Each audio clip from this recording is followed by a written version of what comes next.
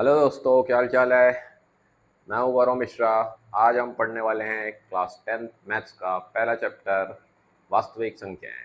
अपने पिछले वीडियो में अपन ने एक्सरसाइज 1A स्टार्ट करी थी और उसके दो क्वेश्चन अपन ने पढ़े थे।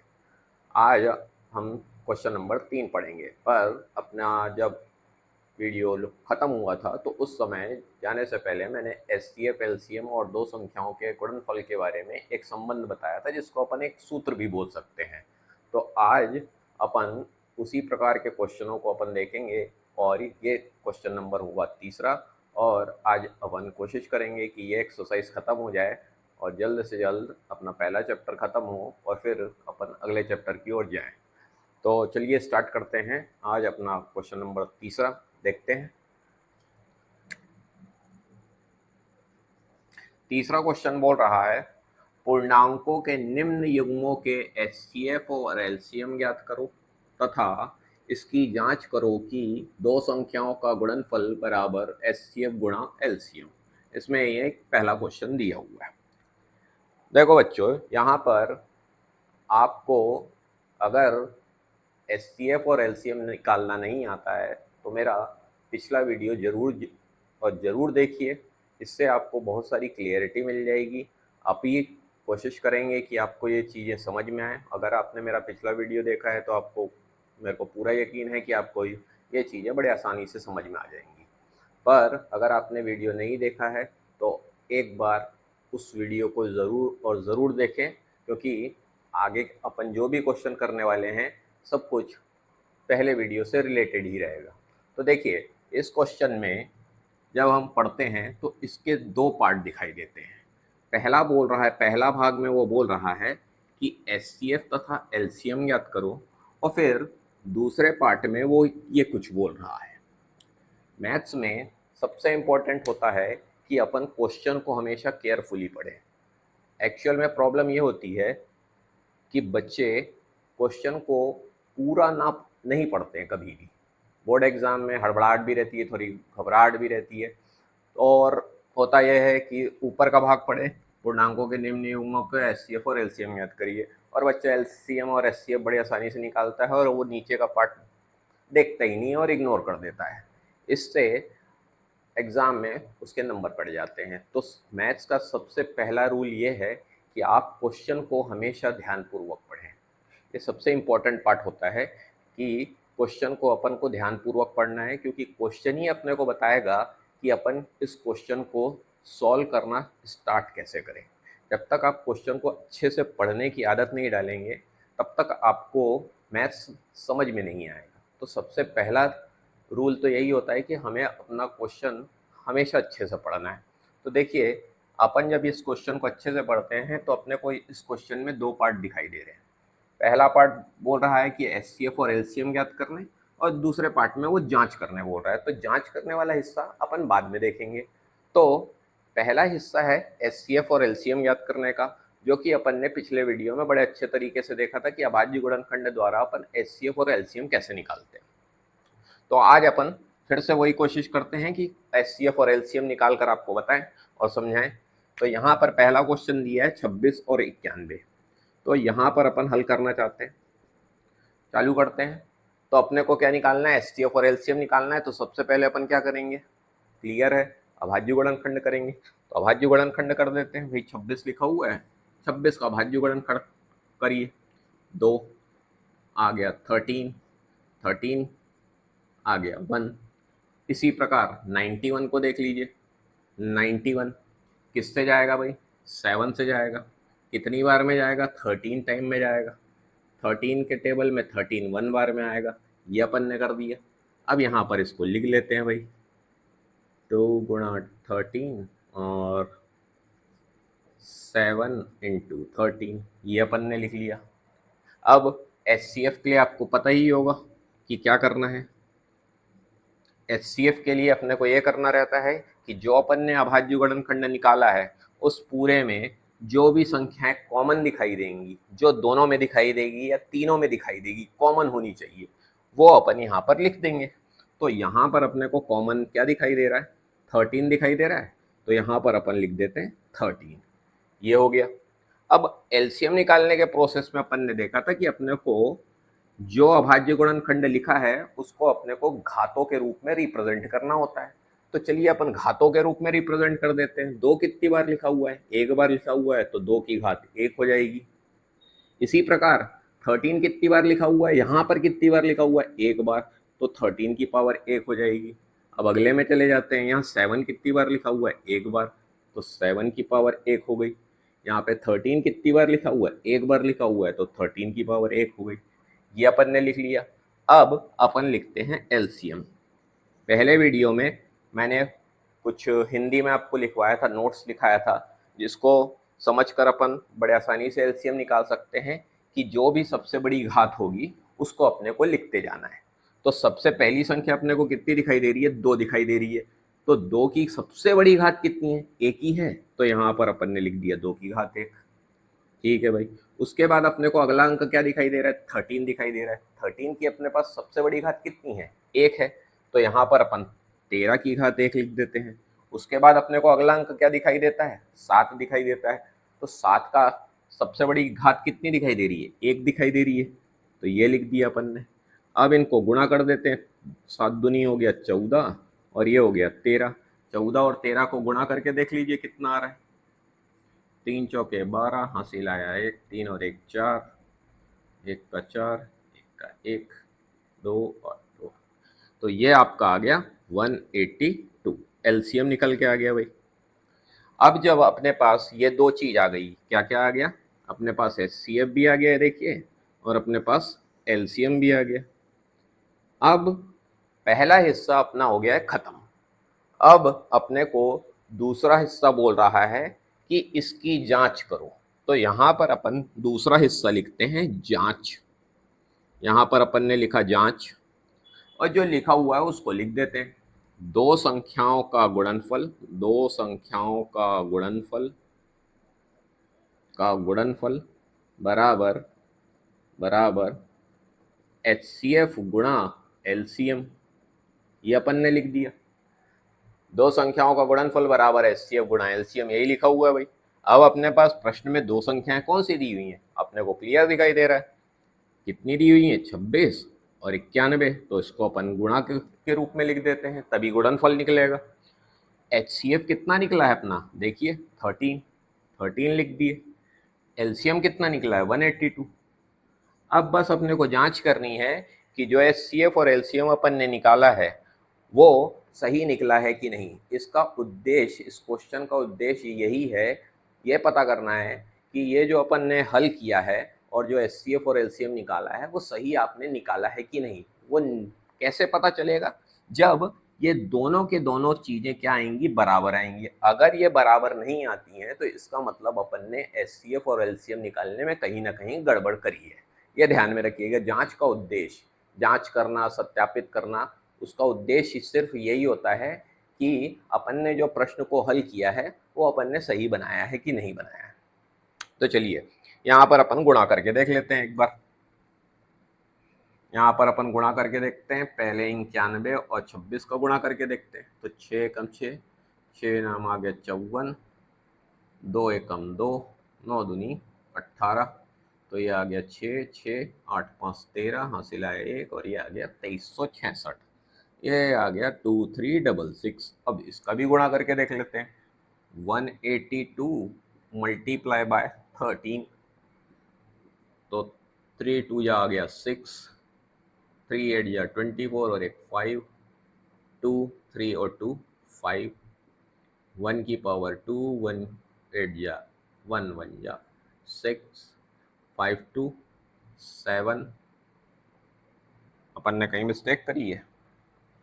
शायद अपन ने कहीं मिस्टेक कर दी है। फिर से देखते हैं।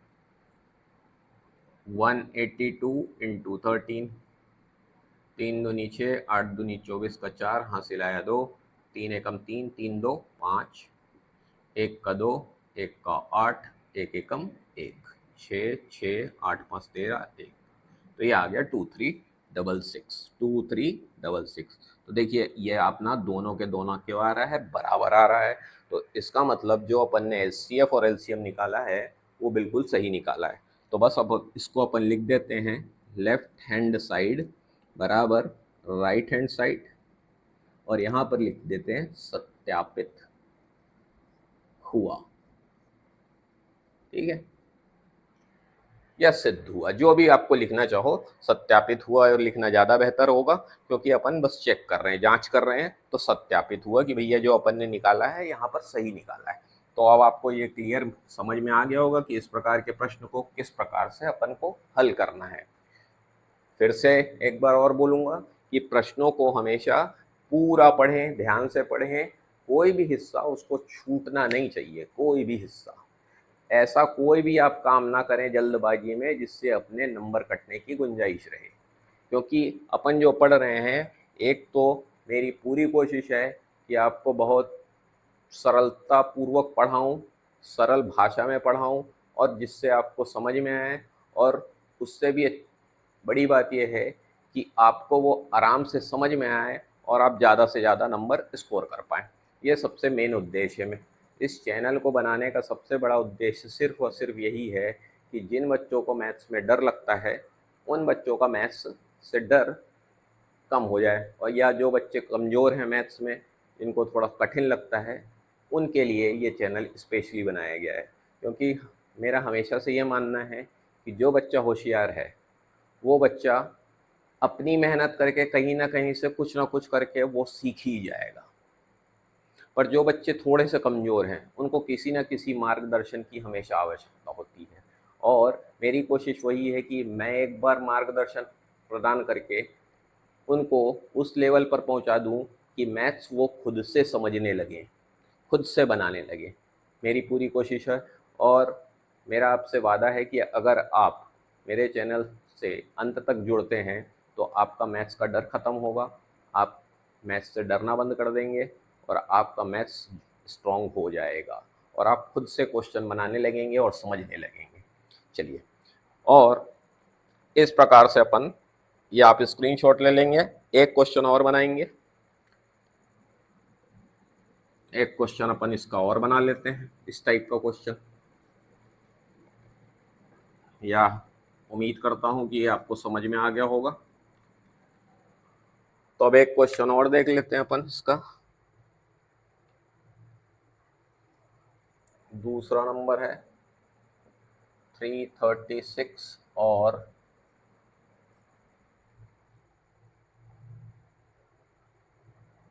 54। चलिए, तो इसको अपन को देखना है भाई, 336 और 54 को। तो यहाँ पर अपने को सबसे पहला क्या निकालना है, एचसीएफ और एलसीएम निकालना है। तो यहाँ पर अपने को सबसे पहले क्या करना पड़ेगा, अभाज्य गुणनखंड करना पड़ेगा। कर लेते हैं। तो ये सबसे पहले अपने को किससे देना है, भाग 2 से। पहले वीडियो में बताया, फिर से बता रहा हूँ कि अगर आपको ये प्रॉब्लम होती है डायरेक्ट कट करने में, तो आप जल्दबाजी में ऐसी कोई भी मिस्टेक ना करें जिससे ये सरल क्वेश्चन आपका गलत हो जाए।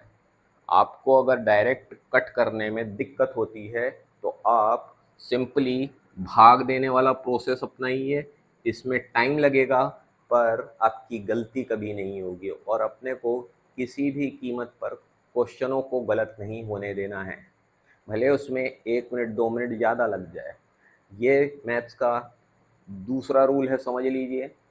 आपको हमेशा अपने ध्यान में रखना है कि क्वेश्चन को इतने केयरफुली बनाना है और कॉन्संट्रेट होकर बनाना है कि उसमें गलती की गुंजाइश कभी ना रहे। तो ज़्यादा जल्दबाजी के चक्कर में आप डायरेक्ट कट करेंगे तो हो सकता है कि यहाँ पर कुछ मिस्टेक हो जाए और अपना आता हुआ क्वेश्चन आपसे गड़बड़ कर दें, और आपको फिर नंबर आपके कट जाएं।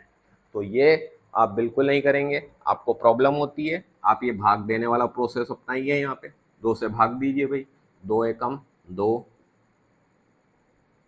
6 दूनी 12, 2 अट्ठे 16, 168। तो यहाँ पर अपन लिख देंगे 168। ये हमेशा ध्यान में रखिएगा कि गड़बड़ नहीं होनी चाहिए, बिल्कुल भी किसी भी कीमत पर गड़बड़ नहीं होनी चाहिए। आप भाग दीजिए भले। फिर 2 से, अगर आपको लग रहा है कि नहीं हो पाएगा तो आप भाग दीजिए, अगर हो जाएगा तो आप डायरेक्ट कर दीजिए। पर कोशिश हमेशा यही करिएगा कि पहले आप खुद से विचार बना लें कि ये सही होगा कि गड़बड़ हो सकता है। तो देखिए यहाँ पे 2 अट्ठे 16 अपने को क्लियर दिखाई दे रहा है और 2 चौके 8 दिखाई दे रहा है, तो ये बड़ा आसानी से हो सकता है। तो इसीलिए अपन अब फिर 2 से भाग देते हैं। 2 चौके 8, 2 दूनी 4, फिर ये 2 से चला जाएगा, कितनी बार में जाएगा, 2 दूनी 4, 2 एकम 2। अब ये किससे जाएगा, 2 से तो नहीं जाएगा, तो अब अपन किससे भाग देंगे, 3 से भाग देंगे। 3 कितने बार में जाएगा, 7 बार में, 7 एकम 7। ये अपन ने अभाज्य गुणनखंड कर लिया। अब इसी तरह 54 का कर लेते हैं। 54 लिख लिए, किससे देना चालू करेंगे, 2 से, क्योंकि लास्ट में क्या दिखाई दे रहा है, सम संख्या दिखाई दे रही है, तो 2 से भाग देते हैं। तो कितनी बार में जाएगा, 27 बार में जाएगा। ये अब किससे जाएगा, 2 से बिल्कुल नहीं जाएगा, 7 दिखाई दे रहा है, तो अब अपन इसको भाग देंगे किससे, 3 से। कितनी बार में जाएगा, 9 बार में जाएगा। फिर किससे जाएगा, 3 से जाएगा, फिर किससे, 3 से, और ये आ गया अपना। अब इसको अपन यहाँ पर लिख लेते हैं। 336 बराबर 2 गुणा 2 गुणा 2 गुणा 3 गुणा 3। फिर से लिख लेते हैं, थोड़ी सी जगह बच कम हो रही है अपनी, थोड़ा सा सही से लिख लेते हैं। 336 बराबर 2 गुणा 2 गुणा 2 गुणा 2 गुणा 3 गुणा 3, ये अपन ने लिख लिया 7। और यहाँ पर अपने पास है 54। 54 को अपन ने लिख लिया 2 गुणा 3 गुणा 3 गुणा 3, ये अपन ने लिख लिया। अब एचसीएफ के लिए रूल क्लियर पता है आपको कि जो भी कॉमन दिखाई देगा दोनों में, उसको अपने को गुणा के रूप में लिखते जाना है। तो सबसे पहले अपने को कॉमन क्या दिखाई दे रहा है, देखो 2 दिखाई दे रहा है, तो अपन ने 2 लिख लिया, फिर गुणा का चिन्ह लगा दिया। अब और क्या कॉमन दिखाई दे रहा है, ये 3 दिखाई दे रहा है, देखो 3 ये दिखाई दिया, 3 इधर भी है, 3 इधर भी है, तो ये 3 भी लिख लिया। अब आप पूरे पे नज़र दौड़ाइए, कुछ और कॉमन दिखाई दे रहा है क्या, नहीं दिखाई दे रहा है, तो मतलब अब अपने को यहाँ पर गुणा करके लिख देना है कि एचसीएफ कितना आ गया, 6 आ गया, ये हो गया। अब इसको अपने को क्या सीखा था अपन ने सीखा था कि अभाज्य गुणनखंड करने के बाद एलसीएम जब निकालना हो तो उसको अपने को किस रूप में लिख लेना है, घातों के रूप में लिख लेना है। तो अब अपन घातों के रूप में लिख लेते हैं भाई। यहाँ पर घातों के रूप में लिखेंगे तो 2, तो 2 कितनी बार लिखा हुआ दिखाई दे रहा है भाई, देखिए 1 2 3 4, मतलब 2 की घात कितनी हो गई, 4 हो गई। उसके बाद अपने को 3 लिखा दिखाई दे रहा है, 3 कितनी बार लिखा दिखाई दे रहा है, 1 बार, तो 1 हो गई घात। 7 कितनी बार लिखा दिखाई दे रहा है, 1 बार, तो 7 की घात कितनी हो गई, 1। अब अगले में आ जाते हैं, 2 कितनी बार लिखा दिखाई दे रहा है, 1 बार, तो ये आ गई 2 की घात 1।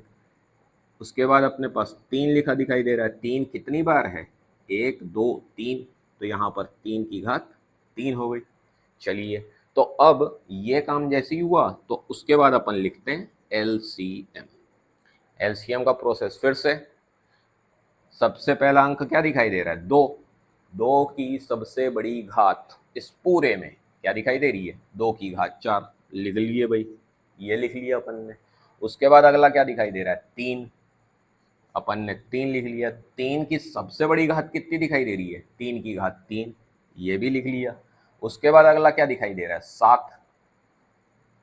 7 सबसे बड़ी घात कितनी है, 1 ही है भाई, ये आपका हो गया एलसीएम। इतना ही प्रोसेस है।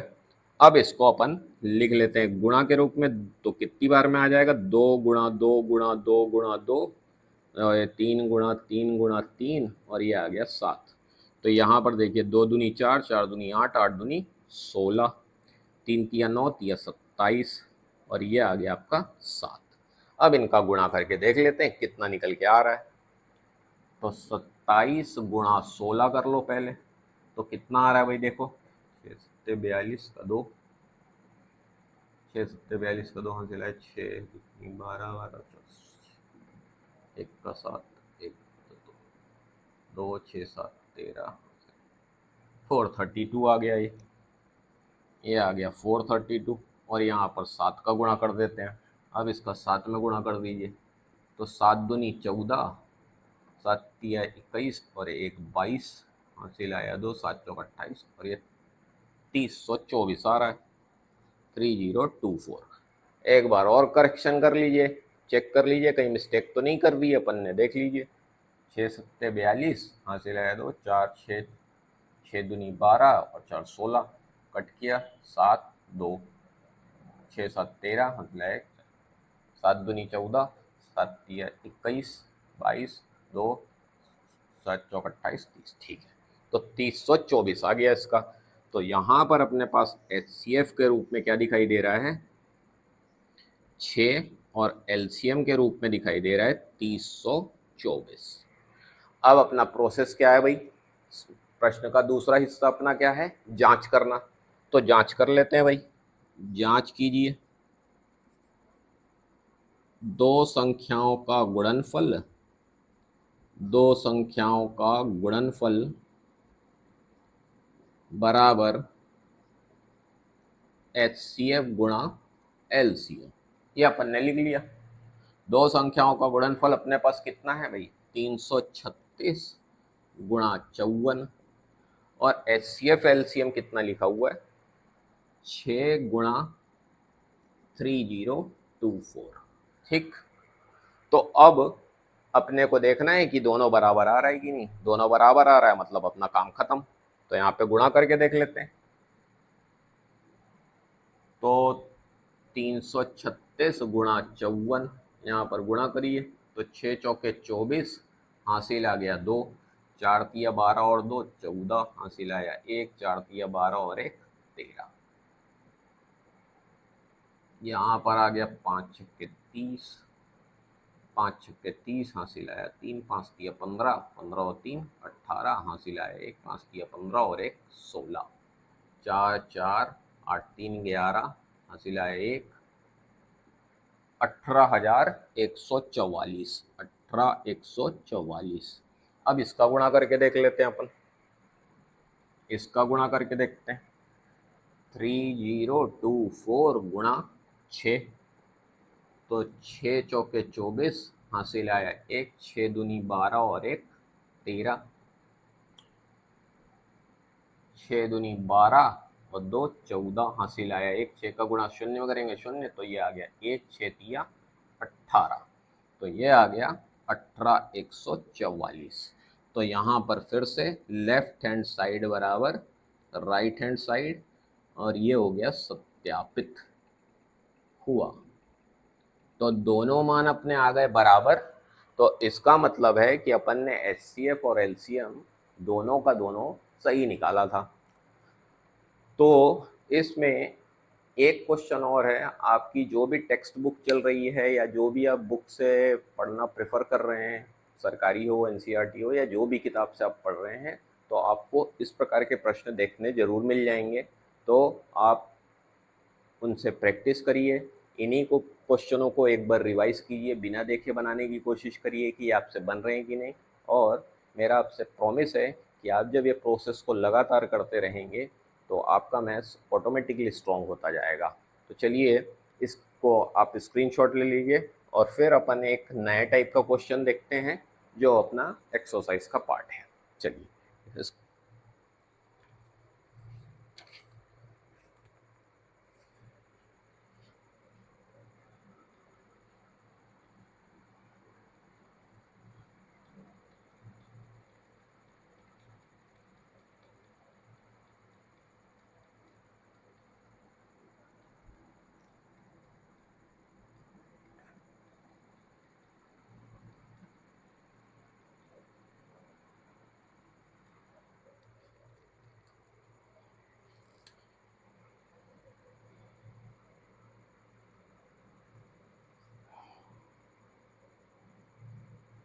यदि HCF 120 225 बराबर 15 हो तो LCM 120 225 ज्ञात करो। ये अपना अगला क्वेश्चन है। अब इस क्वेश्चन में देखिए, देखिए मैथ्स में अपने को क्वेश्चन को समझने से पहले जब आप पढ़ते हैं क्वेश्चन को, तो उसमें अपने को हमेशा ये याद करना है कि अपन ने चैप्टर में आखिर पढ़ा क्या क्या है। ये हमेशा ध्यान में रखिए। जब आप क्वेश्चन को एक बार रीड कर लेते हैं, तब जब बनाने का प्रोसेस स्टार्ट होता है, तब आप सबसे पहले ये सोचिए कि हमने इस चैप्टर में आखिर क्या क्या बनाना सीखा है। जब आप एक एक को आप पॉइंट आउट करते हैं, एक एक चीज़ों को, कि हाँ भाई ये पढ़ा था, मैंने ये पढ़ा है, मैंने ये पढ़ा है, इस प्रकार जब आप पॉइंट आउट करेंगे तो आपको थोड़ा सा क्लिक होगा कि भाई ये क्वेश्चन इस प्रकार से बन सकता है। ये मैं इसलिए बता रहा हूँ कि कभी इन केस आपके सामने कोई क्वेश्चन आता है, तब आपको क्या प्रोसेस अपनाना है कि मैथ्स का वो क्वेश्चन थोड़ा बहुत आपसे बनने लगे, आप थोड़ा अपना दिमाग चला सको। इसीलिए ये मैंने आपसे बात को शेयर किया। अदरवाइज ये क्वेश्चन जो है, इसको तो अपन सीखने ही वाले हैं, उसमें कोई दिक्कत नहीं होगी। पर मैथ्स में एक नॉर्मल क्वेश्चन या जो अपन 10th में पढ़ रहे हैं, उसको अपन किस प्रकार से सोचें कि स्वयं से खुद से बना सकें, वो मैंने एक प्रोसेस आपसे शेयर किया है। अगर आप इन बातों का ख्याल रखेंगे तो हो सकता है कि आप धीरे धीरे खुद से क्वेश्चन बनाना सीख लें। चलिए, तो अब इस क्वेश्चन को देखते हैं। इस क्वेश्चन, ये बात शेयर करने का रीज़न ही यही था कि आप इस क्वेश्चन को देखकर थोड़ा सा दिमाग में ये सोच पाएँ कि भाई ये क्वेश्चन आखिर बनेगा कैसे। ये मैंने आपसे जो टाइम पास किया वो बेसिकली इसीलिए था कि आप इतनी देर में ये सोच पाएँ कि यार ये क्वेश्चन बनेगा कैसे। जब आप ये सोचेंगे, और हो सकता है कि जब मैं मेथड लगाऊं, बनाना चालू करूं, और आपको लगे कि हाँ भाई ये तो सही था, मैंने सही सोचा था, तो आपका कॉन्फिडेंस बूस्ट होगा धीरे धीरे और आपको मज़ा आएगा। तो यहाँ पर अपन क्वेश्चन देख रहे हैं। तो अब मैं आपको याद दिलाता हूँ कि अपन ने इस चैप्टर में क्या क्या पढ़ा। अपन ने सबसे पहले अभाज्य गुणनखंड विधि देखी थी। उसके बाद अपन ने देखा अभाज्य गुणनखंड विधि द्वारा एचसीएफ और एलसीएम निकालना अपन ने देखा। और तीसरा पार्ट अपन ने जांच वाला देखा, जिसमें अपन ने एक सूत्र का प्रयोग किया। ये आपको क्लियर समझ में आया? ये तीन चीज़ें अपन ने पढ़ी थी। अब आप सोच कर देखिए कि आप इसको कैसे आगे बढ़ा सकते हैं। देखिए, मैं ये नहीं बोलूँगा कि आपके दिमाग में चल रहा होगा कि अपन एलसीएम अभाज्य गुणनखंड विधि से निकाल लें। बिल्कुल, वो प्रोसेस अगर आपका दिमाग नहीं चलता है एग्ज़ामिनेशन हॉल में, तो आपका वो पॉइंट जो रहेगा, जो आप बनाएंगे, जो आंसर आएगा आपका, वो सही रहेगा। पर अपने को एग्जैक्ट पॉइंट जो अपने को आसान तरीके से बन जाए, अपने को अभी वो सोचना है। तो देखिए, यहाँ पर अपने को क्या क्या दिया गया है वो अपन लिखते हैं। दिया गया है, अपने को HCF दिया हुआ है। HCF बराबर कितना लिखा हुआ है? 15 लिखा हुआ है। देखिए, दो संख्याएं लिखी हैं। देखो, दो संख्याएं, दो संख्या क्या क्या लिखी हुई है भाई? 120 और 225। और उसके बाद एलसीएम लिखा हुआ है। एलसीएम जिसको अपने को निकालना है। तो जब आप इस प्रकार से लिखेंगे, तो आपको ऑटोमेटिकली क्लिक होगा कि यार ये तो फार्मूले वाला कुछ बनता हुआ दिखाई दे रहा है। और बस आप फार्मूला लगाएंगे, दो संख्याओं का गुणनफल, दो संख्याओं का गुणनफल बराबर बराबर HCF गुणा LCM। ये आपने लिख लिया, और बस आपको जो जो मान दिख रहा है इस सूत्र में रख देना है। तो दो संख्याओं का गुणनफल 120 गुणा 225, ये अपन ने लिख लिया। HCF कितना है? 15। और LCM अपने को पता नहीं, पक्षांतर कर देते हैं। गुणा में दिया है तो कहाँ जाएगा? भाग में आ जाएगा, बटे में आ जाएगा। तो ये आ गया बटे में, और ये LCM ऐसी का ऐसी। ये भाग देना चालू करेंगे तो ये कितनी बार में जाएगा, 15 बार में जाएगा। अब 120 का 15 में गुणा करेंगे तो कितना आ जाएगा, एक बार करके देख लीजिए। वैसे तो मुझे मालूम है पर आप करके देख लीजिए। ये आ गया 0, 5 दूनी 10, हासिल आया 1, 5 और 1 6। ये आ गया 0, 2 और ये आ गया 1, तो ये आ गया आपका 1800। तो यहाँ पर आपका आ गया 1800, क्या आ गया, एलसीएम। तो इसको अपन सही से लिख लेते हैं, एलसीएम बराबर 1800। ये हो गया आपका आंसर। ये बहुत सिंपल तरीका है जिसमें आप अभाज्य गुणनखंडित ना करके आप एक सूत्र की सहायता से इस क्वेश्चन को सॉल्व कर सकते हैं। अगर आपको एचसीएफ या एलसीएम कुछ दिया हुआ है तो इस सूत्र को प्रयोग किया जाता है। तो अब अपने को यहाँ पर एक हिंदी में पॉइंट लिखने को मिल गया, वो ये, यहाँ पर एरो बनाते हैं। इस सूत्र का प्रयोग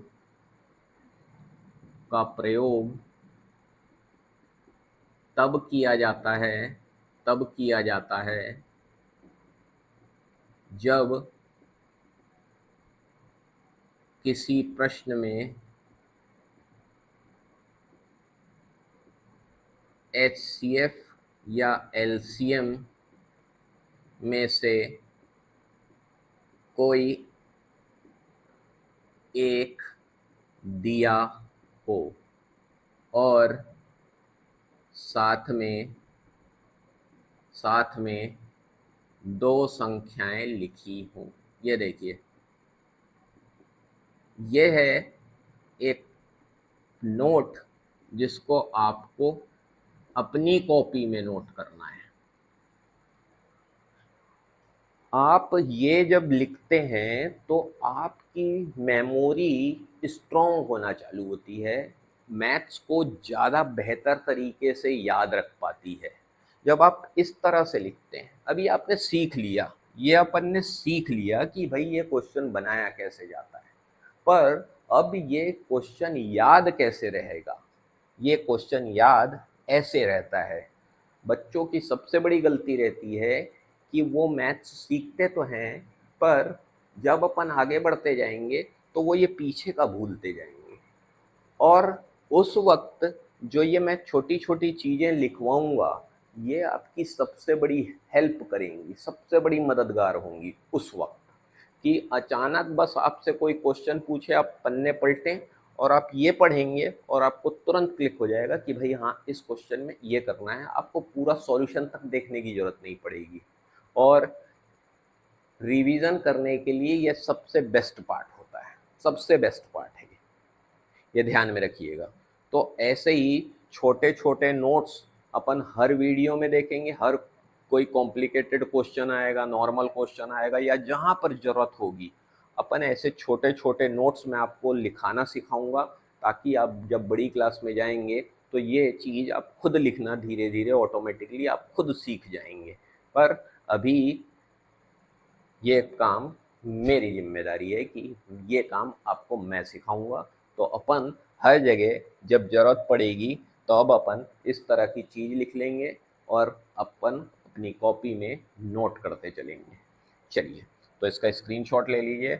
और एक बात, एक अलग नोट कॉपी बना लीजिए ताकि आप मेरे वीडियो के जो लेक्चर आप देखें उसको, क्वेश्चन को अपनी एक सेपरेट कॉपी बना कर रखिए और उसमें नोट करते चलिए। मेरे वीडियो रेगुलर आते रहेंगे, उसके लिए बेफिक्र रहिए। अपन पूरा कोर्स कंप्लीट करेंगे जितना जहाँ तक हो सकेगा, क्योंकि जुलाई मंथ चल रहा है अभी। अपना जितना भी कोर्स ऑलमोस्ट डन हो ही जाएगा, कोई भी छूटने की गुंजाइश तो रहेगी नहीं। अपन इसी प्रोसेस से अपन आगे बढ़ते जाएंगे, तो इसलिए एक सेपरेट नोटबुक ज़रूर बना लीजिएगा जिसमें आप मेरी बताई हुई चीज़ को नोट करते चलें।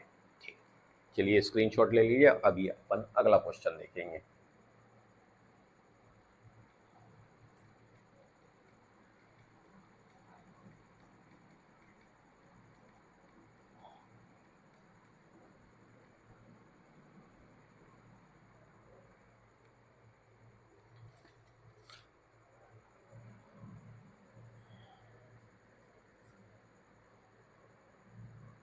यदि HCF बराबर 225/60 बराबर 225 गुणा 5 -10x हो तो x का मान ज्ञात करो। अब ये एक डिफरेंट टाइप का क्वेश्चन फिर से आपके सामने आया। ठीक, तो जब अपने सामने ये क्वेश्चन आया तो अपने को सबसे पहला प्रोसेस ये अपनाना है कि अपने को क्या क्या दिया हुआ है वो अपन लिख लेते हैं। दिया गया है क्या क्या दिया हुआ है वो देखते हैं। यहाँ पर अपने को HCF लिखा हुआ है। HCF जो लिखा हुआ है उसको लिख लीजिए बेखौफ, बिना डरे। ये लिख लिया। उसके बाद दो संख्याएं लिखी हुई दिखाई दे रही हैं, एक ये दिखाई दे रही है और एक ये दिखाई दे रही है, तो दो संख्या लिख लीजिए। 225 और 60 ये भी लिख लिया अपन ने। और यहाँ पर x का मान ज्ञात करने बोल रहा है तो x लिख लीजिए और क्वेश्चन मार्क डाल लीजिए। तो अब यहाँ पर देखते हैं और समझते हैं कि इस क्वेश्चन को अपन कैसे हैंडल करेंगे। देखिए, अपने को HCF एक समीकरण के रूप में दिया हुआ है। ये देख रहे हैं, नजर आ रहा होगा आप लोगों को कि ये एक समीकरण के रूप में दिया हुआ है। ठीक है, ये आपको क्लियर दिखाई दे रहा है।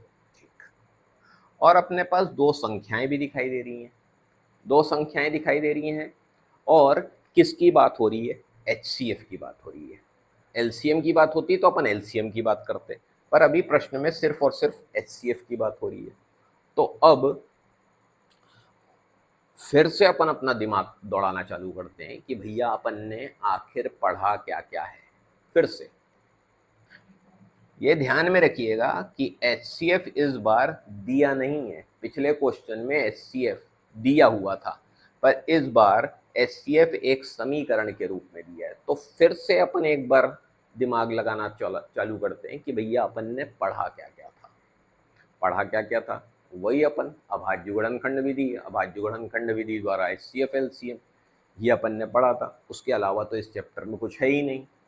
तो सिंपल सी बात है कि अपने को इस क्वेश्चन में वापस से अभाज्य गुणनखंड विधि पर दिमाग लगाना है कि भैया अभाज्य गुणनखंड विधि द्वारा अपन क्या निकाल सकते हैं? HCF निकाल सकते हैं। और HCF का जैसे ही अपन यहाँ पे मान रखेंगे तो अपना ये x का मान निकल के आ जाएगा। बस मैथ्स में इतना ही सोचना पड़ता है, इससे ज़्यादा दिमाग नहीं लगाना पड़ता। आप मैथ्स को कैसे सोचें? इस प्रकार सोचें कि भैया यहाँ पर अगर HCF की जगह कुछ लिखा होता तो भैया यहाँ पर x का मान बड़ी आसानी से निकल जाता। आपने हल करना सीखा ही हुआ इस प्रकार की चीज़ें। तो बस, और वो HCF आपका कहाँ से आ सकता था? अभाज्य गुणनखंड विधि से आ सकता है, क्योंकि दो संख्याएं तो दी हुई हैं। तो बस इतना ही काम है। यहाँ पर अपन अभाज्य गुणनखंड करते हैं। 225 और 60 का अभाज्य गुणनखंड, अभाज्य गुणनखंड ये लिख लेते हैं भाई। तो कर लीजिए भाई, क्या आया? 225 अपन ने लिखा, किससे जाएगा देख लीजिए। 2 2 4, 4 और 5 9, मतलब 3 के पाड़े से जाएगा ये। 3 सत्ते 21, 15, 3 पंचे 15, फिर 7 और 5 12, मतलब 3 से जाएगा ये। 3 एक कम 3, 3 दूनी 6, और ये आ गया 25। ये फिर 5 से जाएगा, ये 5 से हो गया, ये आ गया। इसी प्रकार अब 60 का देख लेते हैं। 60 जीरो है तो 2 से जाएगा, 30 आ गया, फिर 2 से जाएगा, 15 आ गया, 3 से दे दीजिए, 5 आ गया, 5 आ गया। ये अपन लिख लेते हैं। 225 बराबर कितना है? 3 गुणा 3 गुणा 5 गुणा 5। 60 लिखा हुआ है वो लिख लीजिए। 2 गुणा 2 गुणा 3 गुणा 5। अब किसकी बात है? HCF की। HCF के लिए अपने को बहुत अच्छे से याद हो चुका है कि जो कॉमन होगा वही अपने को लिखना है। तो कॉमन जो दोनों में दिखाई दे रहा है, ये देखिए, ये 3 कॉमन दिखाई दे रहा है तो 3 लिख लिए। गुणा का चिन्ह लगा दिए, 5 भी दिखाई दे रहा है कॉमन, दोनों में दिखाई दे रहा है, तो 5 भी लिख लिया, तो 3 पंचे हो गया 15। ये अपना निकल गया HCF। और यहाँ पर लिख देंगे पर प्रश्नानुसार, प्रश्नानुसार HCF बराबर जो अपना समीकरण दिया हुआ है 225 गुणा 5 माइनस 10x। और HCF अब अपने को पता चल चुका है, यहाँ पर अपन उसका मान रख देंगे, 225 में 5 का गुणा करेंगे तो कितना आ जाएगा देख लो, 5 25 का 5 हासिल आया 2, 5 दूनी 10 और 2 12 हासिल आया 1, 5 दूनी 10 और 1 11, 1125 आ गया। ये आ गया 1125 माइनस 10x। ये 10 को अपन माइनस है यहाँ पे ले आएंगे और ये 15 को अपन उधर भेज देंगे, तो यहाँ पर आ गया 10x और ये प्लस वाली चीज उधर जाके हो जाएगी माइनस की 15। तो 10x 1125 में से 1500 गया तो 1110 आ गया, तो x बराबर आ गया 1110 बटे 10। जीरो से जीरो कट गया तो आ गया 111। तो अब आपको समझ में आया होगा कि किस प्रकार मैथ्स में सोचा जाए और किस प्रकार से अपन हैंडल करें। ठीक, तो ये क्वेश्चन एक डिफरेंट टाइप का क्वेश्चन था और इसको आप इम्पोर्टेंट भी मान सकते हैं। इम्पोर्टेंट क्वेश्चन भी है कि इस तरह के बोर्ड में क्वेश्चन दे सकता है, देता भी है। ये थोड़ा सा ध्यान में रखिएगा कि कई बार ये क्वेश्चन इस प्रकार के दे देता है क्योंकि इसमें थोड़ा सा दिमाग का प्रयोग होता है, कठिन तो नहीं है, इसमें दिमाग का प्रयोग होता है। और बोर्ड एग्ज़ाम के लिए मेरा स्पष्ट रूप से मानना है कि बोर्ड आपसे कभी भी कठिन क्वेश्चन नहीं पूछेगा, वो घुमावदार क्वेश्चन पूछेगा जिसमें दिमाग का प्रयोग होगा। जैसे ये कठिन क्वेश्चन नहीं है, इसमें दिमाग लगाना है आपको, जो आपने पढ़ा है वो आपको दिमाग लगाना है। बोर्ड आपसे हमेशा ये उम्मीद रखता है कि आपने जो पढ़ा है उसका आपको कितना बेहतर नॉलेज है, आपने उसको कितना समझा है। बोर्ड आपसे सिर्फ और सिर्फ यही जानना चाहता है। वो आपसे हल करवाना कठिन से कठिन क्वेश्चन, आपको जेई, आपको डॉक्टर, इंजीनियर, वैज्ञानिक, साइंटिस्ट ये नहीं बनाना चाहता है। वो आपसे नॉर्मल बोर्ड एग्जाम क्लियर करवाना चाहता है। तो कठिन क्वेश्चन का तो लॉजिक ही नहीं होता है कि कई यूट्यूब चैनल वाले बोलते हैं कि कठिन क्वेश्चन ये वाला इम्पोर्टेंट है, वो वाला इम्पोर्टेंट है। आप कठिन क्वेश्चन बुक में सिर्फ और सिर्फ इसलिए दिए होते हैं कि आप थोड़ा सा अपना दिमाग और माइंड को इम्प्रूव करें कि कठिन क्वेश्चनों को कैसे बनाया जाता है। बोर्ड उन क्वेश्चनों को मैक्सिमम टाइम इग्नोर करता है, कठिन क्वेश्चन वो देता ही नहीं है। वो हमेशा घुमावदार प्रश्न देने के पक्ष में रहता है जिससे आप बच्चों का दिमाग इम्प्रूव हो सके। ये ध्यान में रखिएगा। चलिए, तो इसका स्क्रीनशॉट ले लीजिए और अपन एक अगला क्वेश्चन देखते हैं।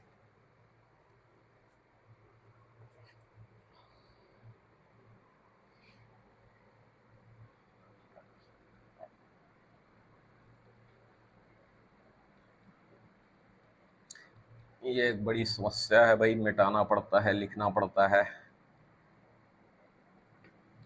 आप लोगों का कष्ट होता है, थोड़ा सा इंतज़ार करना पड़ता है, उसके लिए माफ़ी चाहूँगा मैं। छोटा सा चैनल है। चलिए, अब अगला क्वेश्चन अपन देखते हैं। 6वां नंबर क्वेश्चन है अपना, 18 और 117 के HCF को 18m माइनस 117 के रूप में दर्शाया गया है, दर्शाया गया है, दर्शाया गया है। m का मान ज्ञात करो।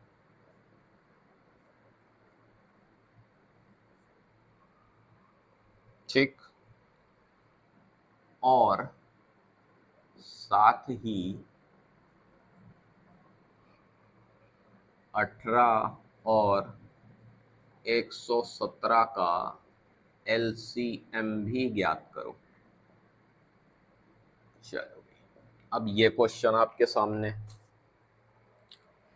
अब जब इस क्वेश्चन को अपन देखते हैं, आप सबसे पहले क्वेश्चन को बड़े केयरफुली पढ़िए। ये पहला टास्क है, मैथ्स का पहला टास्क होता है क्वेश्चन को ध्यान से पढ़ना। तो क्वेश्चन का जो पहला टास्क अपने पूरा किया, तो अब अपने को देखने पर समझ में आएगा कि इस क्वेश्चन के भी कितने हिस्से हैं, दो हिस्से हैं। दो हिस्से कौन कौन से हैं ये देखिए, जिसमें अपने को पहले हिस्से में बोल रहा है m का मान ज्ञात करो। ये पहला हिस्सा है कि ये जो हिस्सा है इसके जरिए आप m का मान ज्ञात करिए। और उसके बाद दूसरा हिस्सा है ये वाला, जिसमें वो बोल रहा है कि एलसीएम भी ज्ञात करो। तो अब आपको क्लियर हो गया। चलिए, तो अब यहाँ पर अपन फिर से वही प्रोसेस अपनाते हैं। कौन सा? दिया गया वाला। दिया गया है, पहले अपन दो संख्या दिख रही है तो दो संख्या लिख लेते हैं। दो संख्या, दो संख्या बराबर क्या क्या दिया हुआ है? 18 और 117, ये अपन ने लिख लिया। ठीक है भाई। उसके बाद HCF को 18m माइनस 117 के रूप में दर्शाया गया है। इसका मतलब क्या होता है ये अपन समझते हैं। सब पहले मैं लिख देता हूं, उसके बाद समझते हैं।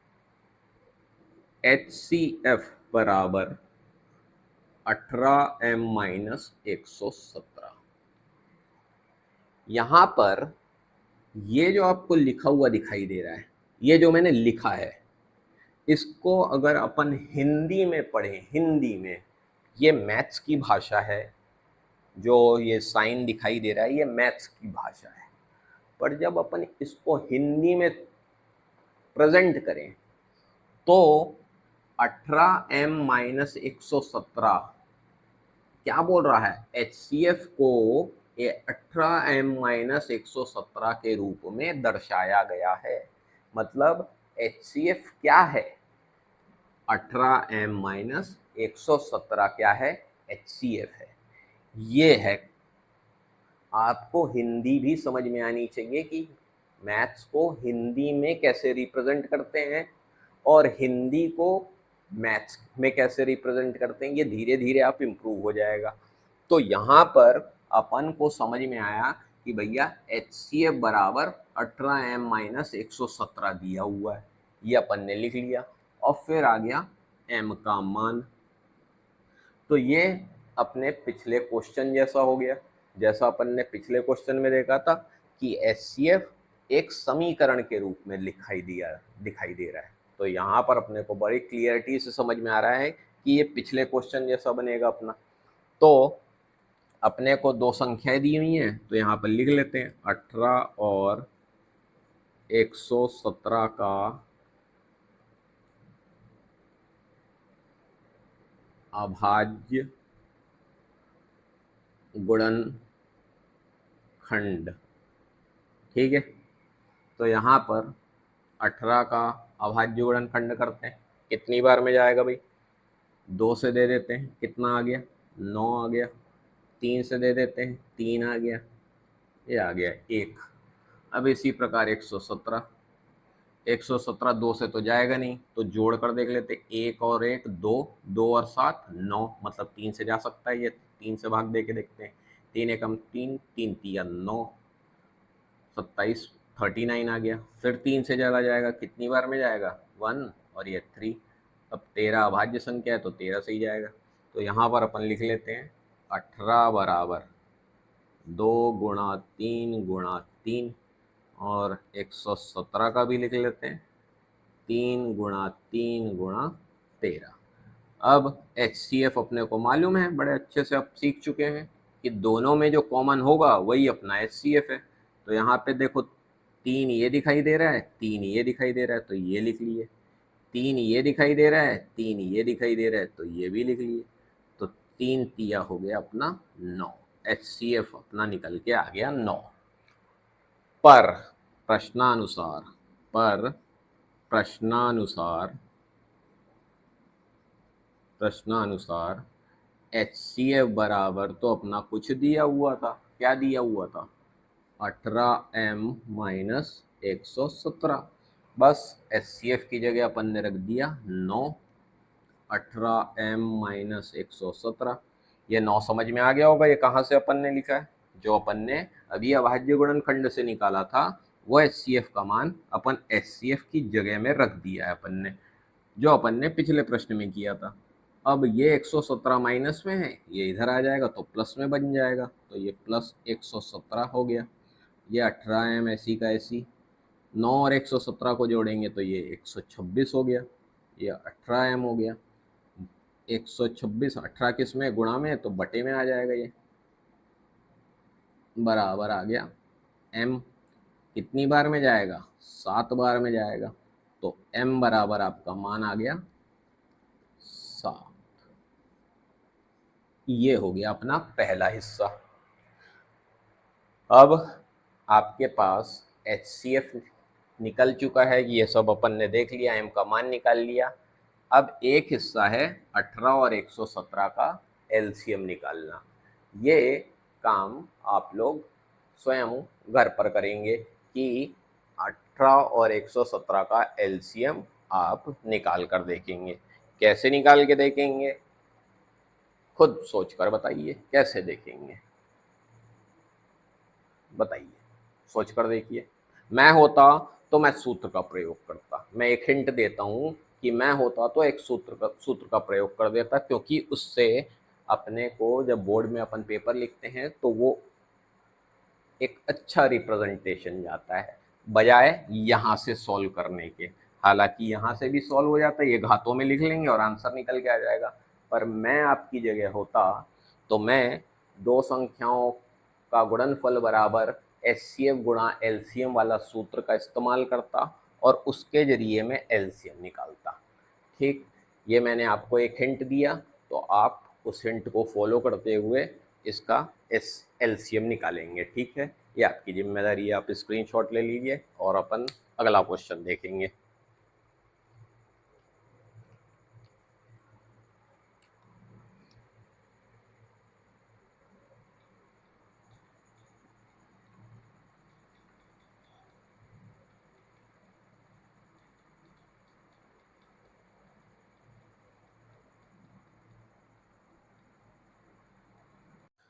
तो अब अपना अगला प्रश्न देखते हैं, 7वां प्रश्न। यह है 7वां प्रश्न अपना। 7वां प्रश्न 7वां प्रश्न बोल रहा है, व्याख्या करो कि व्याख्या करो कि 7 गुणा 11 गुणा 13 प्लस 13 और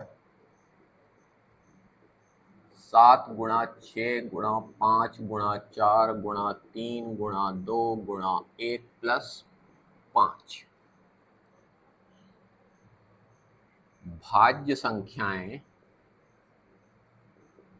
संख्याएं क्यों हैं। तो यह है अपना अगला प्रश्न। तो इसको देखते हैं अपन। तो सबसे पहले अपन जो प्रश्न लिखा हुआ है उसको देखते हैं, ये लिख लेते हैं अपन।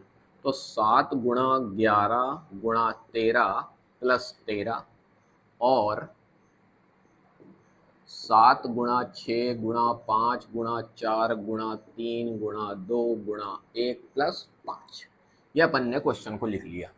अब इस प्रश्न को अपन यहाँ पर देखते हैं कि इस प्रश्न में पूछा क्या जा रहा है। यहाँ पर बात हो रही है भाज्य संख्याओं की। भाज्य संख्याओं की। अब भाज्य संख्याएं क्या होती हैं, फिर से एक बार मैं बोलूँगा कि आप मेरा इंट्रोडक्शन वीडियो जरूर देख लीजिए, क्योंकि उसमें संख्याओं के बारे में बताया गया है। सभी प्रकार की संख्याएं जो आपको क्लास 10th में पढ़नी है उन संख्याओं के बारे में उसमें बताया गया है। छोटा छोटा रूप में बताया गया है, ज़्यादा कुछ बड़ा तो वो नहीं है। आप थोड़ा सा देख लेंगे तो बेहतर समझ में आ जाएगा। पर इस क्वेश्चन में जो पूछ रहा है भाज्य संख्या क्या होती है, तो उसकी परिभाषा अपन एक बार फिर से देख लेते हैं और उसको एग्जाम्पल के जरिए समझ भी लेंगे। तो यहाँ पर देखिए, वो संख्याएं जो दो से अधिक संख्याओं से कट जाती हैं या भाग चली जाती हैं, उन संख्याओं को अपन भाज्य संख्याएं बोलते हैं। फिर से, वो संख्याएं जो दो से अधिक संख्याओं से कट जाएं या भाग चला जाए, उन संख्याओं को अपन क्या संख्या बोलते हैं? भाज्य संख्या बोलते हैं। फॉर एग्जाम्पल, यहां पर मैंने लिखा 6 लिखा, तो अब 6 जो है वो 1 से भी कट जाएगा, 2 से भी कट जाएगा, 3 से भी कट जाएगा और 6 से भी कट जाएगा। 1 से भी जाएगा भाई, 2 से भी 6 कट जाना है, 3 से भी 6 कट जाना है और 6 से तो 6 कट ही जाएगा। तो 6 कैसी संख्या हुई? भाज्य संख्या हुई। अब ये कितनी संख्याओं से कट रही है ये देख लीजिए, 1 2 3 4, 4 संख्याओं से कट रही है। ठीक, अभी एक और उदाहरण देखते हैं, उसके बाद अपन वापस से इस पर डिस्कस करेंगे। अब 11 को ले लीजिए, मान लीजिए। अब 11 किससे कट सकती है? 11 1 से कट सकती है, और सोचिए किसी के पहाड़े में आता ही क्या 11? नहीं आती है। तो 11 किसी के पहाड़े में नहीं आ रही है, तो ये किससे कटेगी? 11 से ही कटेगी। तो 11 कैसी संख्या हुई? अभाज्य संख्या हुई, क्योंकि यह केवल दो संख्याओं से कट सकती है। किस किस से? 1 से और खुद से, मतलब 11 से। तो ये 11 कैसी संख्या हुई? अभाज्य संख्या हुई। अब अपन भाज्य संख्या की परिभाषा फिर से देखते हैं कि जो दो से ज्यादा संख्याओं से कट जाए वो भाज्य संख्याएं होती हैं। तो 6 को अपन नजर मान रहे हैं, तो यहाँ पर कितनी संख्याओं से कटती हुई दिखाई दे रही है? 4 संख्याओं से कटती हुई दिखाई दे रही है। तो इसलिए 6 कैसी संख्या होगी? भाज्य संख्या होगी। तो ये अपने को क्लियरिटी मिल गई कि भाज्य संख्या क्या होती है। अब इस क्वेश्चन में अपने को क्या करना है वो अपन देख लेते हैं। इस क्वेश्चन में अपने को कुछ भी नहीं करना है, बस अपने को नजर तेज रखनी है। देखिए, यहां पर आपको 13 दिखाई दे रहा है, फिर प्लस का चिन्ह दिखाई दे रहा है और 13 दिखाई दे रहा है, 2 बार 13 दिखाई दे रहा है। तो मतलब अपन 13 को कॉमन ले सकते हैं। 13 को अपन ने कॉमन लिया तो अपने पास बचा 7 गुणा 11। 13 को अपन ने बाहर ले लिया है और प्लस का चिन्ह, 13 अपना बाहर आ चुका है, तो यहाँ पर बचा 1। और इसी प्रकार यहाँ के लिए भी लिख लेंगे अपन। यहाँ पर अपन नजर तेज रखते हैं तो देखते हैं अपने को नजर क्या आ रहा है। यहाँ पे 5 लिखा हुआ है और प्लस के बाद भी 5 लिखा हुआ है, तो मतलब कॉमन क्या निकाला जा सकता है? 5 निकाला जा सकता है। वापस से लिख लीजिए, 7 गुणा 6 गुणा 4 गुणा 3 गुणा 2 गुणा 1 प्लस 5 अपन ने बाहर ले लिया तो उसकी जगह आ गया 1। अब इसको गुणा करके देखते हैं अपन। तो 13, तो 7 हो गया ये 77 प्लस 1, यह आ गया 13 गुणी 78। आपको यहाँ पर छोड़ देना है, इसके बाद अपने को ज़्यादा वो कुछ नहीं करना है। और इसको सॉल्व कर लेते हैं, तो यह आ जाएगा 7 छक्के 42, 4 तिया 12 दूनी 24 और 24 एकम 24, और ये आ गया 1। ये भी हो गया। यहाँ पर अपन को देख लिया है 13 गुणा 78। अब बस ये वाला हिस्सा बचा हुआ है, तो ये वाले हिस्से को 42 गुणा 24 करके देखते हैं कितना आ रहा है। 4 दूनी 8, 4 चौके 16, 2 दूनी 4, 4 दूनी 8, तो कितना हो गया? 8, 6 4 10, हासिल आया 1, 8 और 1 10। ठीक, तो यहाँ पर अपन ने लिख लिया 5 बराबर 1008 प्लस 1, और ये अपन ने लिख लिया 5 गुणा 1009। अब इसके बाद आपको कुछ भी नहीं करना है, सिर्फ एक स्टेटमेंट जारी करना है। अतः स्पष्ट है कि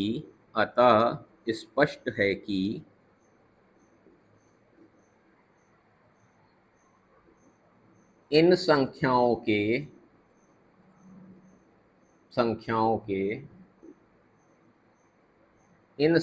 को दो से अधिक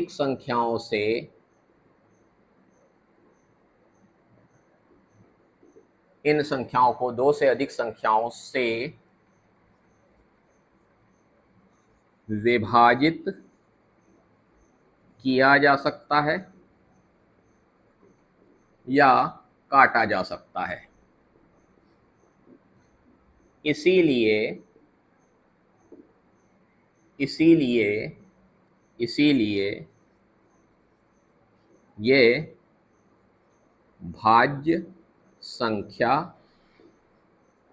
होंगी। बस यही आपका इसका रीजन है। ये ध्यान में रखना है कि इसमें कारण पूछा था कि क्यों है, तो क्यों है भैया ये अपन ने बता दिया, क्योंकि अपन ने यहाँ पे सॉल्व करके इसको अधूरा छोड़ा था। तो यहाँ पे अपने को दिखाई दे रहा है कि ये दो से अधिक संख्याओं से कट सकती है या विभाजित हो सकती हैं, इसीलिए ये कैसी संख्या होंगी, भाज्य संख्याएं होंगी। तो उम्मीद करता हूँ कि ये क्वेश्चन आपको समझ में आ गया होगा। तो आप इसका स्क्रीनशॉट ले लीजिए और अपन फिर उसके बाद अगला क्वेश्चन देखते हैं, जो कि अपना आज के इस एक्सरसाइज का लास्ट क्वेश्चन है। तो उम्मीद है इसको आप पहले स्क्रीनशॉट ले लीजिए। और ये क्वेश्चन बड़ा मजेदार है, ये जो अपन देखने वाले हैं, 8वां लास्ट क्वेश्चन है।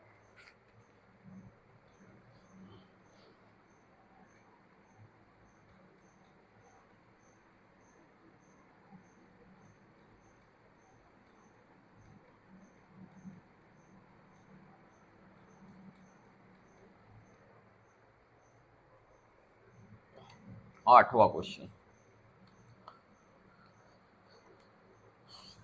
जांच करो कि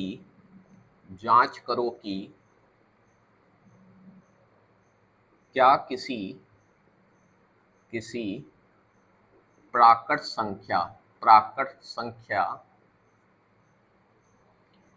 n के लिए संख्या 6 की घात n अंक 0 पर समाप्त हो सकती है।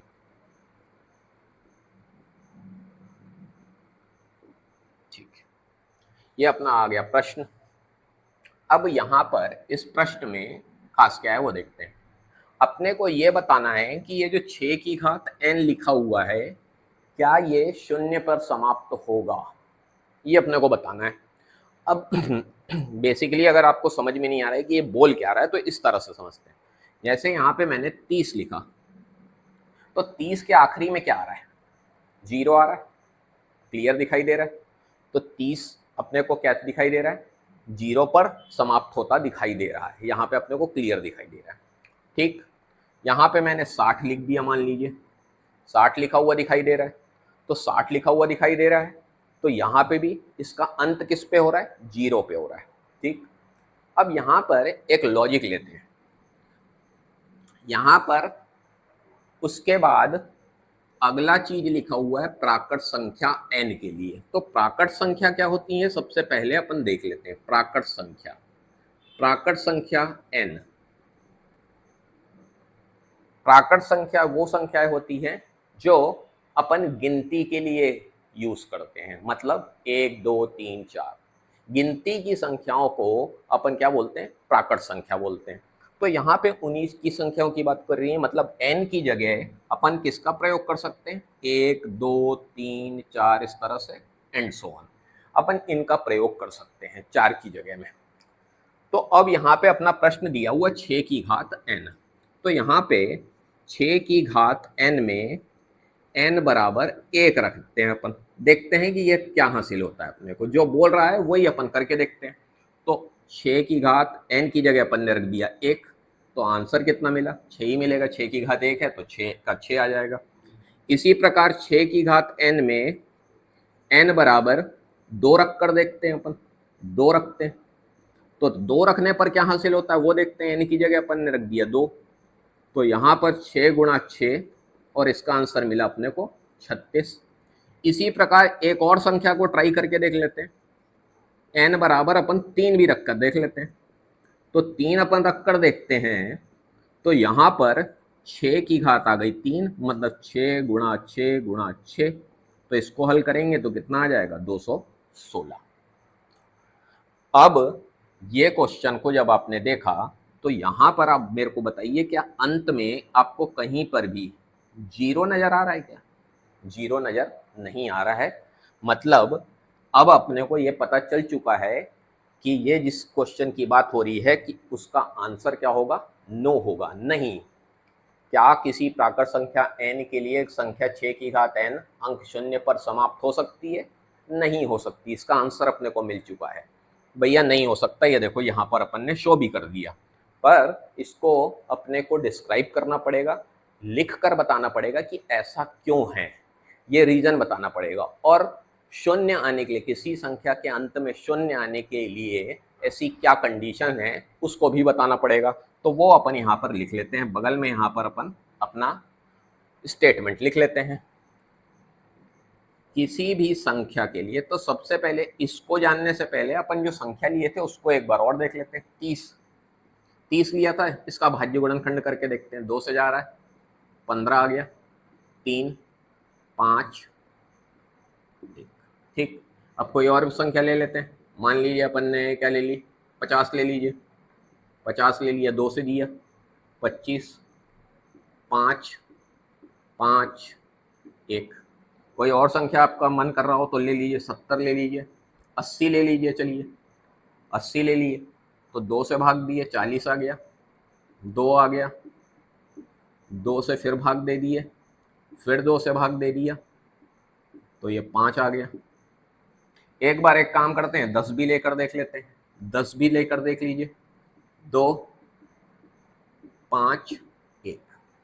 अब इन संख्याओं में आपको कॉमन क्या चीज दिखाई दे रही है, ये देखिए, 2 और 5 हर जगह मौजूद है, हर अभाज्य। आप कोई भी संख्या ले लीजिए जिसका एंड 0 पर हो रहा है, उसमें आपको अभाज्य गुणनखंड में ये 2 और 5 हर जगह नजर आएगा। हर जगह देख लीजिए, चाहे कोई भी संख्या उठाकर देख लीजिए। तो इसका मुख्य कारण है 2 और 5 होना। अभाज्य गुणनखंड में 2 और 5 अगर अपने को नजर आएगा तो किसी भी संख्या के अंत में क्या अपने को दिखाई देने लगेगा, 0 दिखाई देने लगेगा। बस अपने को वो चीज यहाँ पर लिख कर बता देनी है।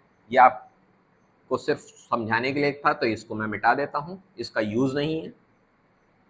तो यहाँ पर बस अपन लिख देते हैं, किसी भी संख्या के अंत में शून्य आने के लिए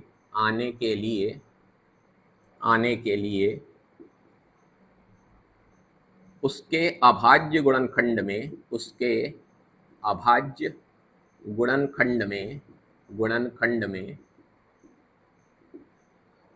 2 और 5 होना आवश्यक है। छोटा लिख रहा हूं, शायद थोड़ा सा आपको दिखाई नहीं दे रहा होगा, फिर से लिख लेते हैं। किसी भी संख्या के अंत में शून्य आने के लिए उसके अभाज्य गुणनखंड में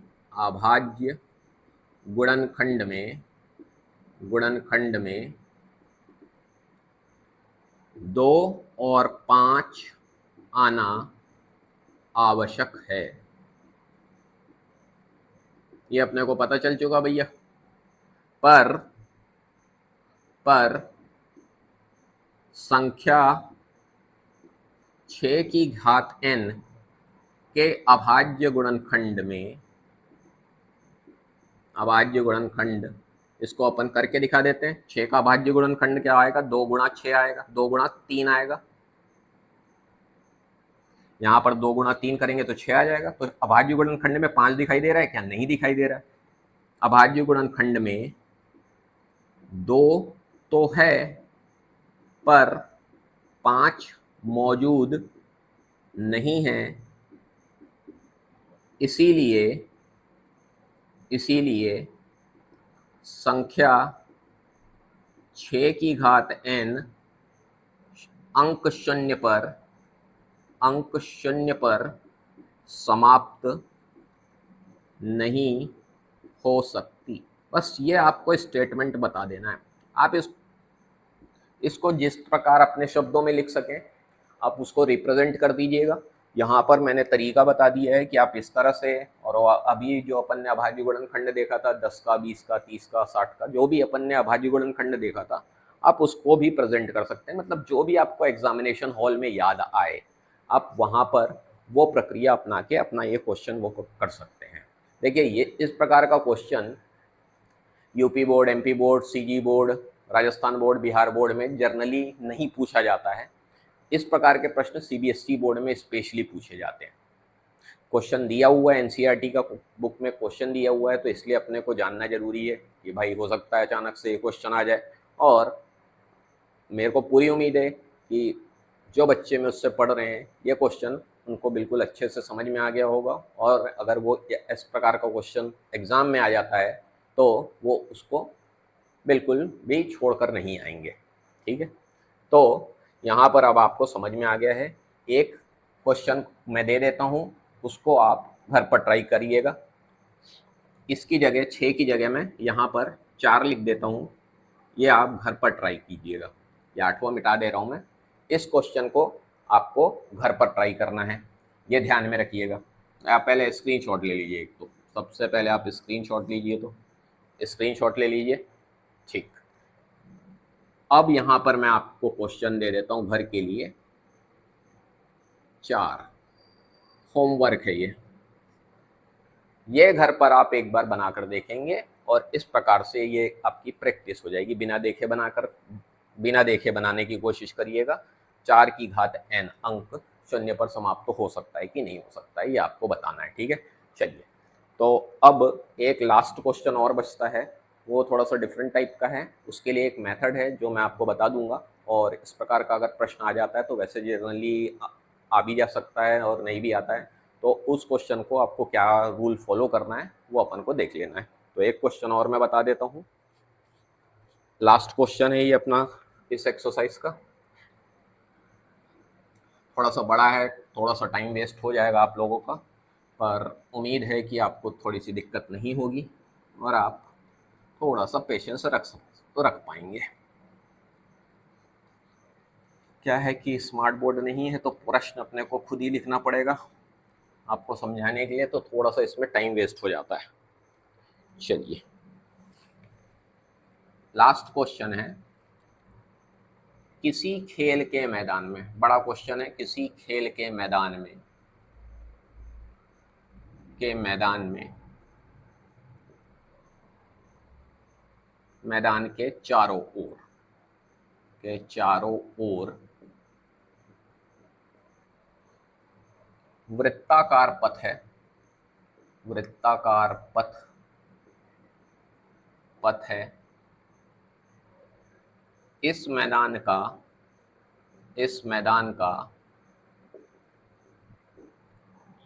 एक चक्कर लगाने में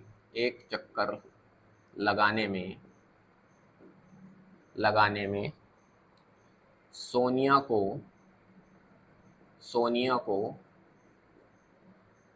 18 मिनट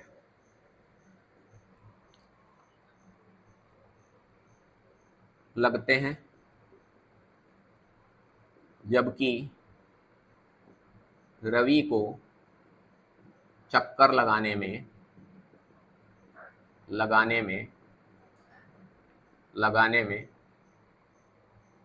12 मिनट लगते हैं। 12 मिनट लगते हैं। मान लीजिए कि वे दोनों एक ही स्थान और एक ही समय पर चलना प्रारंभ करके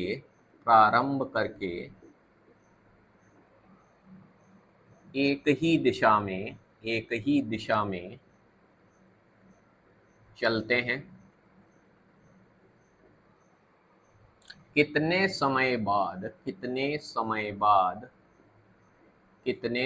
बाद वो दोनों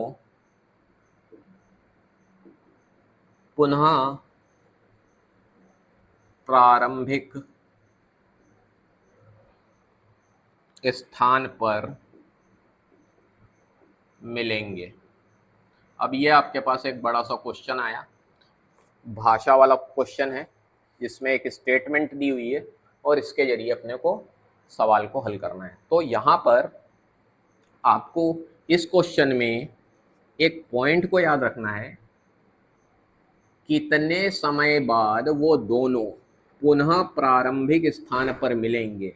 जब भी ये सेंटेंस लिखा हुआ आपको मिलेगा क्वेश्चन में, तो आप बिना किसी टेंशन के हमेशा आपको ध्यान में रखना है कि आपको क्या निकालना है, एलसीएम निकालना है।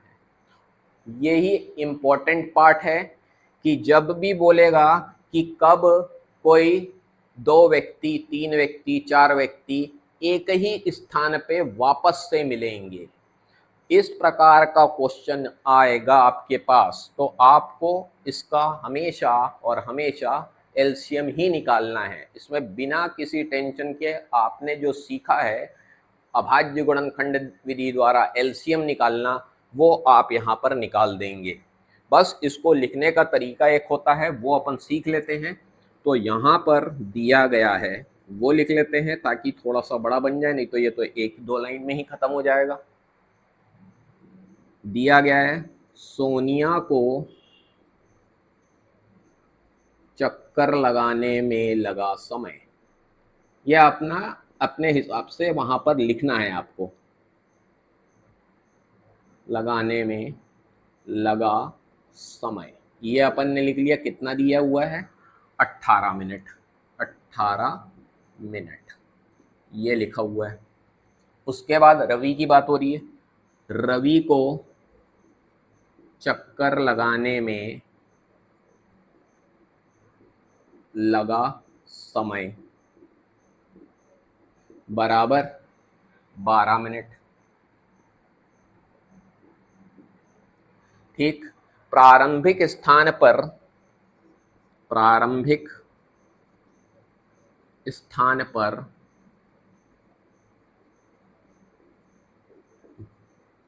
मिलने,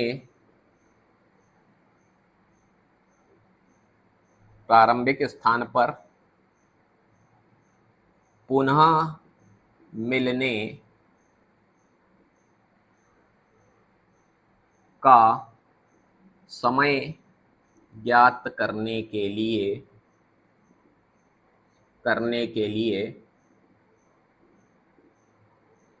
एलसीएम ज्ञात करना होगा। ठीक है, तो यहां पर अभाज्य गुणनखंड विधि लगा देते हैं। यहाँ पर 18 लिखा हुआ है तो 18 लिख लीजिएगा। 18 का अभाज्य गुणनखंड कितना होगा, 3, 3 और ये आ गया 1। और इसी प्रकार 12 का अभाज्य गुणनखंड 2 से भाग देंगे, 6, 2, 3, ये 1।